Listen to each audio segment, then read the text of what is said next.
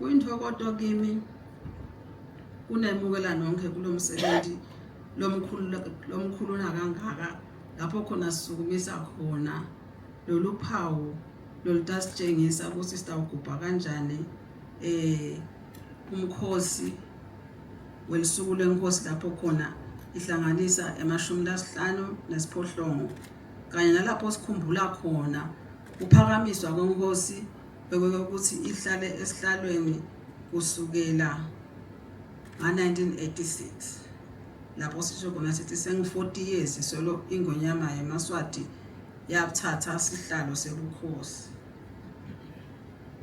Lokhu bekusitshengisa ukuthi live laKaNgwane selihambe isigaba leside kakhulu. Sifanele ukuthi sitigcabhele silive ngalo mgamu lomkhulu kangaka losowuhanjiwe inkosi yethu solo yathatha lobukhosi eminyakeni le-40 lendlulile.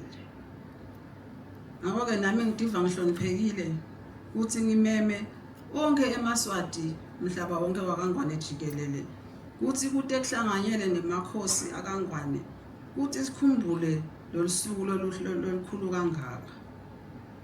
Asiteni sonke ngamunye singeMaswati ukuthi sitowugidza sijabulele nawe umsebenzi lomkhulu longumlandvo lomkhulu eveni.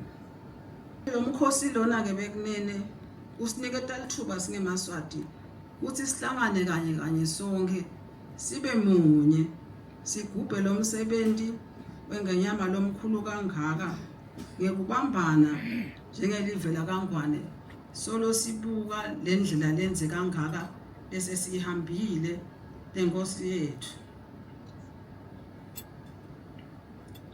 Sisabuka ke emva siyabuka kwakuthi manjena lendlela yeflesi kulesikhathi ke baKaNgwane sengithatha leli thuba ukuthi ngiphakamise umbhalo lo ilogo lekhombisa ukuthi ingonyama inkosi uMswati wesithathu seyibuse iminyaka lenge-40 iphindze futhi sigidze kutalwa kwayo lokhu lapho khona ihlanganisa khona iminyaka lenge-50 nesiphohlongo.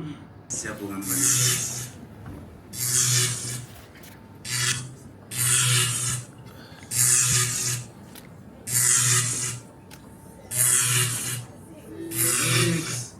Five, 4, 3, 2, 1. That's all.